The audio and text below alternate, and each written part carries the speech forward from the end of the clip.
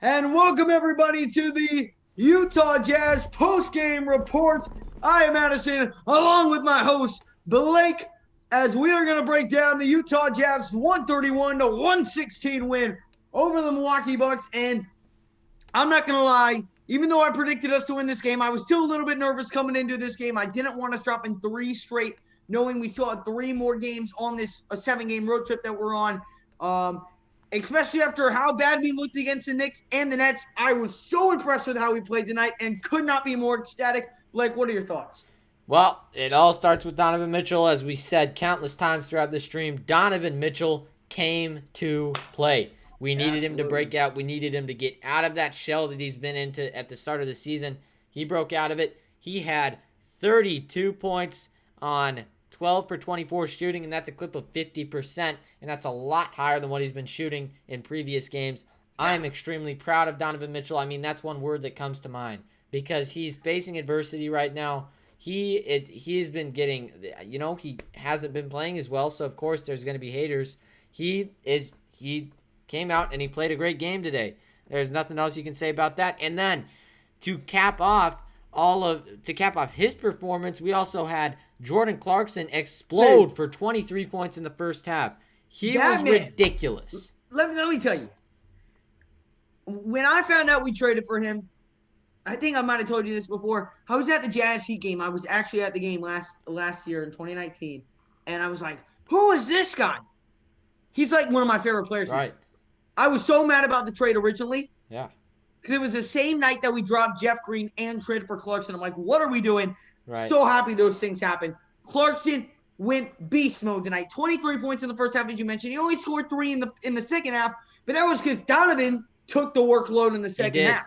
And also, I do want to point out, and this is very important to me, it's very important to Addison, Udoka Azubuike, when he gets minutes, he flushes one down. It's a guarantee. He comes in for 1 minute. Yes, that is 1 minute, and he already got a dunk. That is so ridiculous. Yep. He is automatic. Play him more. I love the dude. I'm serious. I feel like once we get him more involved, he can do some serious workload for us. And let me also give another shout out. His stat line might not say it exactly with the points, but Rudy Gobert played a phenomenal game. Absolutely. He was there on the boards all night long, creating havoc for the other offense. 4 blocks in the game. 15-something rebounds. I mean, Rudy Gobert really came into play. And then let me also credit Derek Favors' defense against Giannis in the first half. We saw Giannis absolutely torch Favors in the first half. He went right to town. He would always back up against him, bring it back out to the top of the key, and then drive right on in him and always get the and one. Well, in the second half, he adjusted to that. He went 10 points in the second half on like 12 shots. Well, he manned up.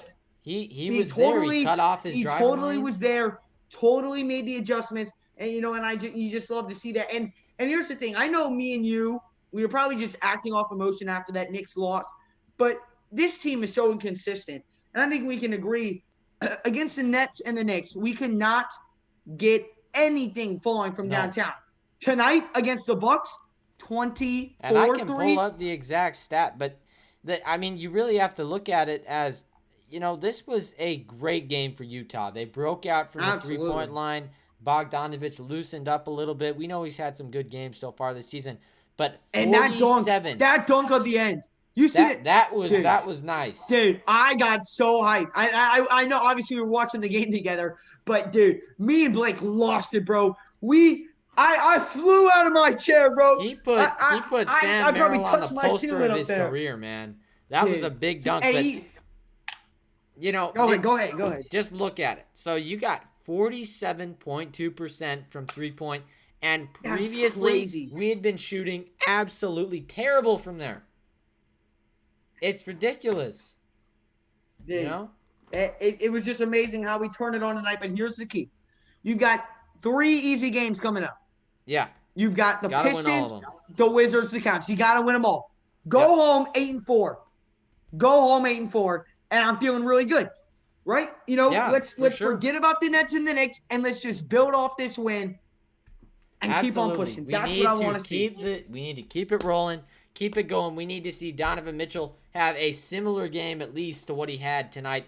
He can be in the 20s, but his impact was immeasurable tonight. He was splitting the defense. But really, when you look at it, Jordan Clarkson has an effect. So when you look at him, Absolutely. when he's on the floor, he spaces it. And he has a way of doing it when he's a point guard, shooting guard, where he is able to space out the defense and create driving kick opportunities for this Jazz team. And we see the Jazz scoring off of those opportunities. That's how we ended up with 47.2% from three, and Royce O'Neal dropping in 6 bombs from outside. He was ridiculous. Did he miss one?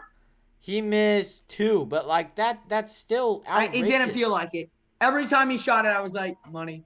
I got in my sniper position just for Royce O'Neal. Absolutely. I just had that much confidence in him. Tonight.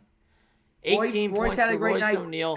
It was you know, and it was just, also when you really look at it, for Royce O'Neal, scoring is an added bonus for the defense he brings.